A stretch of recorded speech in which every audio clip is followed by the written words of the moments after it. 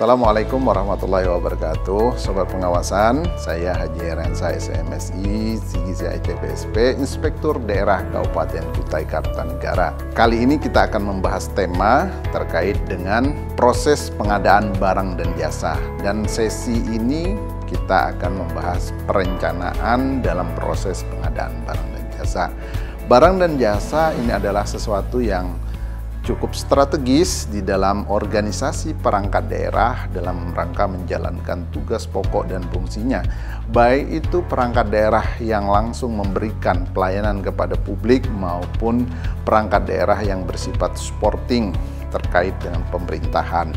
Oleh karena itu, bagaimana perangkat daerah itu menelaah organisasi, lingkungan organisasinya terkait dengan kebutuhan. Ya, tentu dalam hal ini tidak hanya sekedar sebuah kebutuhan, tetapi bagaimana bisa menjawab dari kebutuhan yang benar-benar itu tepat sasaran dan sesuai dengan kebutuhan organisasi itu. Oleh karena itu, maka proses pengadaan barang jasa perlu dilakukan penelaahan secara rinci yang nanti barangkali materi ini secara rinci akan disampaikan oleh Auditor Inspektorat Kabupaten Kutai Kartanegara. Mari kita saksikan bersama. Halo Sobat Pengawasan, bersama saya Akbar. Kali ini kita akan membahas terkait pengadaan barang jasa atau yang biasa disebut dengan PBJ. Seperti yang kita ketahui dari Perpres 16 beserta perubahannya, PBJ adalah suatu kegiatan strategis di setiap perangkat daerah. Ini adalah motor penggerak berbagai program pembangunan dan pelayanan publik. Namun, agar motor ini dapat berjalan mulus dan mencapai tujuan, diperlukan suatu fondasi yang kokoh. Pada sesi ini, kita akan membahas tentang perencanaan PBJ. Telah hadir bersama kita teman saya, Kausar. Halo Sobat Pengawasan. Banyak yang mengira pengadaan itu intinya pada saat lelang, tapi perencanaan justru sebagai kunci utamanya. Sebenarnya apa sih tujuan dan ruang lingkup dari perencanaan PBJ ini? Baik, perencanaan PBJ memiliki tujuan utama, yaitu menghasilkan barang atau jasa yang tepat dari setiap uang yang kita belanjakan. Diukur dari aspek kualitas, jumlah, waktu, biaya, lokasi, dan penyedia. Ini upaya kita mencapai yang namanya value for money. Nah, untuk ruang lingkupnya sendiri sangat komprehensif, meliputi 6 kegiatan utama. Yang pertama, identifikasi kebutuhan barang atau jasa. Yang kedua, penetapan jenis barang atau jasa. Yang ketiga, penetapan cara pengadaan. Yang keempat, itu ada pemaketan dan konsolidasi. Yang kelima, penentuan waktu pemanfaat barang dan jasa. Dan yang terakhir, menyiapkan anggaran pengadaan itu sendiri. Nah, semua ini nanti diumumkan dalam Rencana Umum Pengadaan atau RUP. Oh, begitu. Jadi, ke-6 aspek ini, mulai dari identifikasi kebutuhan hingga penganggaran harus dipertimbangkan secara matang sebelum dilanjutkan pada tahap selanjutnya. Dan semuanya akan transparan melalui RUP. Oke, mari kita mulai dari yang paling awal, yaitu identifikasi kebutuhan. Kedengarannya sederhana, tapi bagaimana praktiknya agar sesuai dengan kebutuhan organisasi dan tidak semata-mata sesuai keinginan semata? Oke, pertanyaan yang sangat baik. Identifikasi kebutuhan adalah kegiatan untuk menentukan barang atau jasa yang benar-benar dibutuhkan untuk mendukung pencapaian indikator kinerja organisasi. Ini bukan sekedar menyusun daftar kebutuhan atau melanjutkan kebiasaan pengadaan tahun-tahun sebelumnya.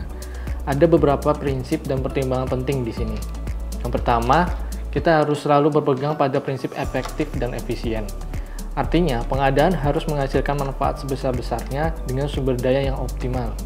Kedua, kita perlu mempertimbangkan aspek pengadaan berkelanjutan, yaitu dampak lingkungan, sosial, dan ekonomi. Ketiga, tentu saja prioritas kebutuhan, mana yang paling mendesak dan mana yang berdampak pada pencapaian suatu organisasi.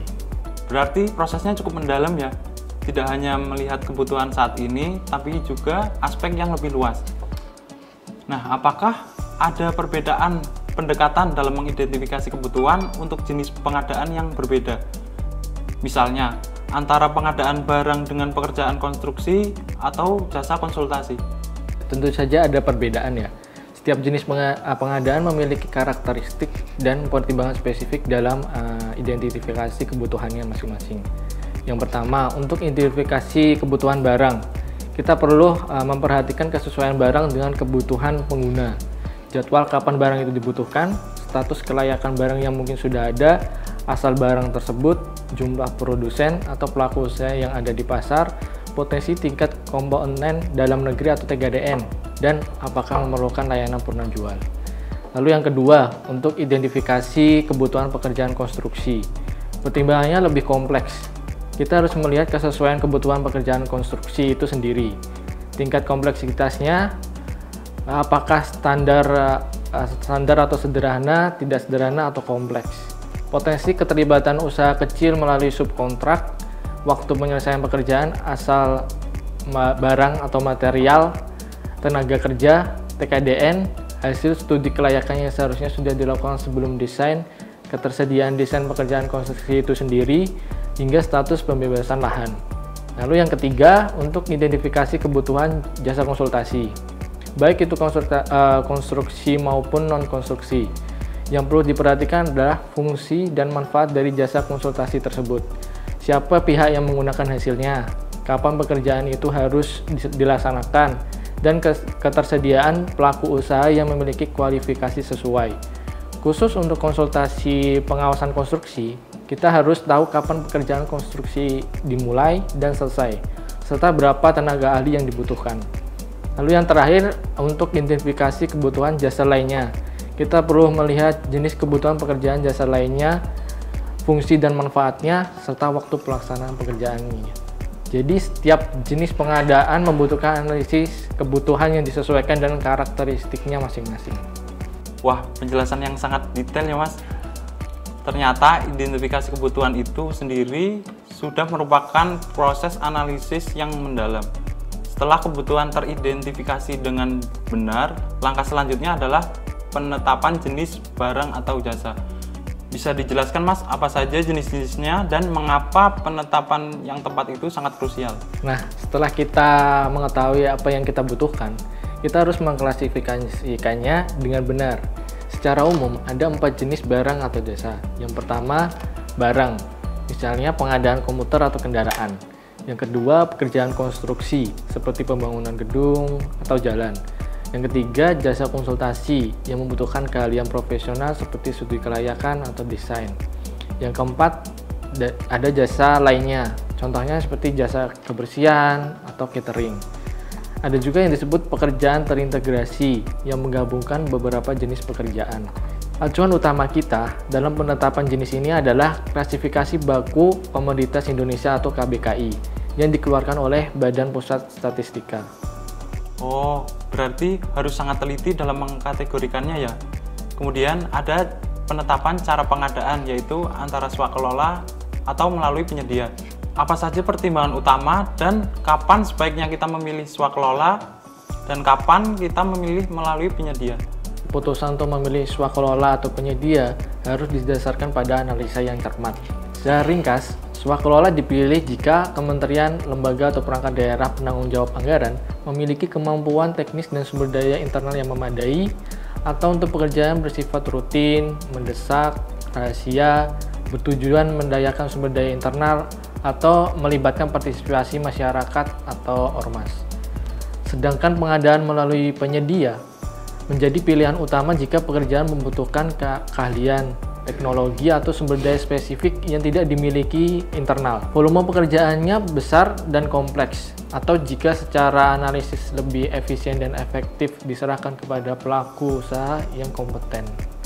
Intinya, analisis kasus per kasus menjadi kunci dengan mempertimbangkan mana yang memberikan value for money terbaik untuk mencapai tujuan pengadaan. Menarik sekali tentang swakelola ini. Yang saya tahu, swakelola itu ada 4 tipe. Mungkin bisa dijelaskan Mas, perbedaan keempat tipe ini? Tentu, ini penting untuk dipahami.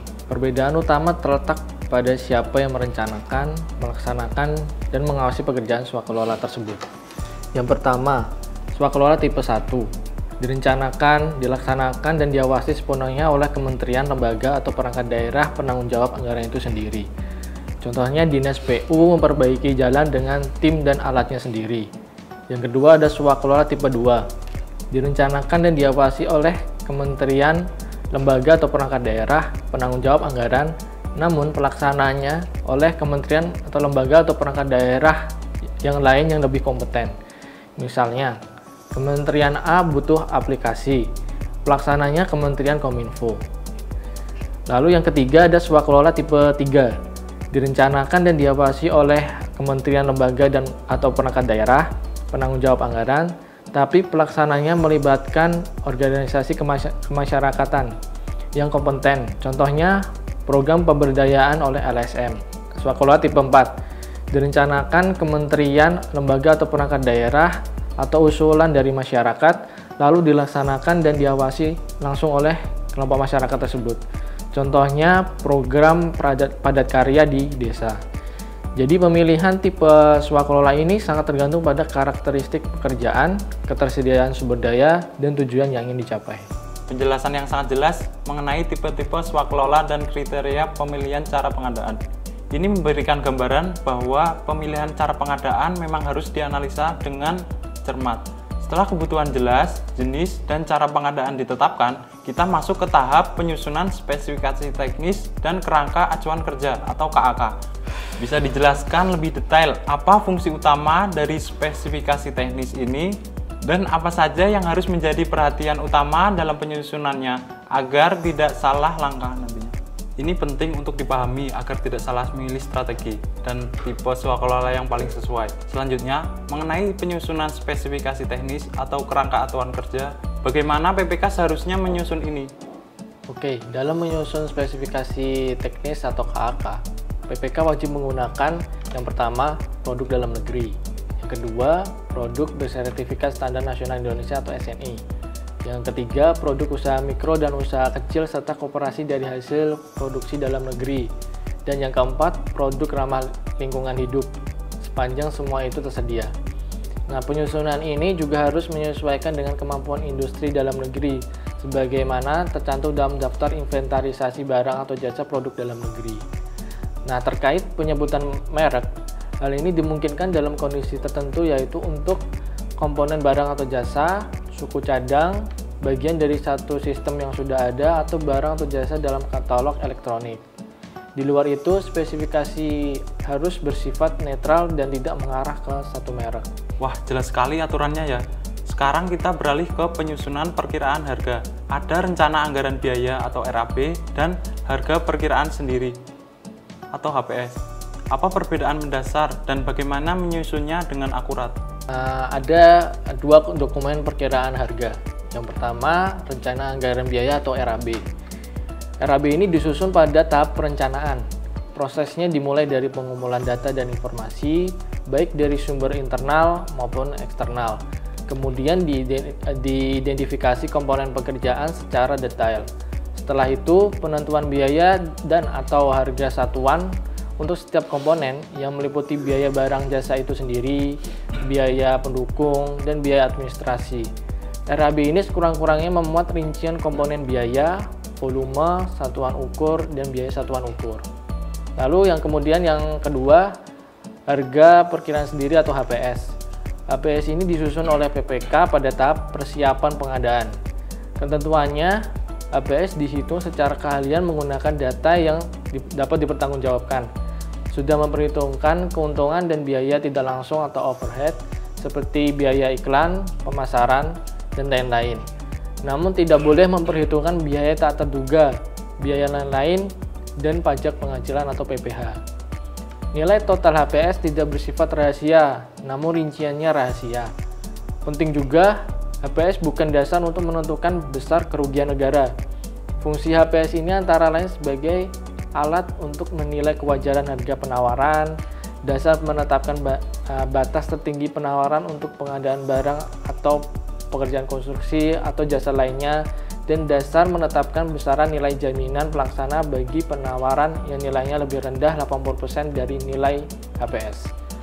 Ada pengecualian dalam penyusunan HPS, yaitu yang pertama untuk PBJ dengan anggaran paling banyak 10 juta, lalu untuk pengadaan yang menggunakan e-purchasing, dan yang terakhir untuk tender pekerjaan terintegrasi.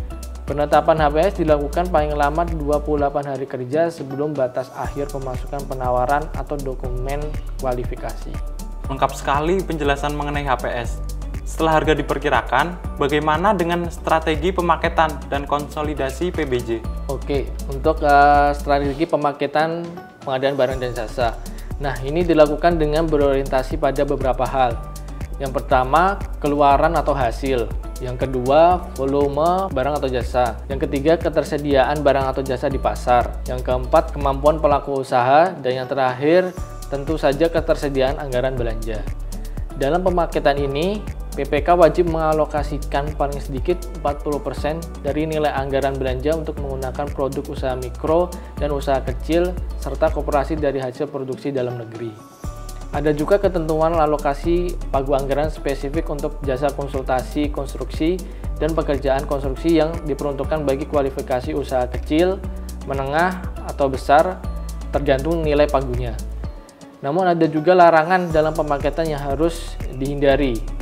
Yang pertama, menyatukan atau memusatkan beberapa paket PBJ yang tersebar di beberapa lokasi atau daerah yang menurut sifat pekerjaan dan tingkat efisiensinya seharusnya dilakukan di beberapa lokasi atau daerah masing-masing.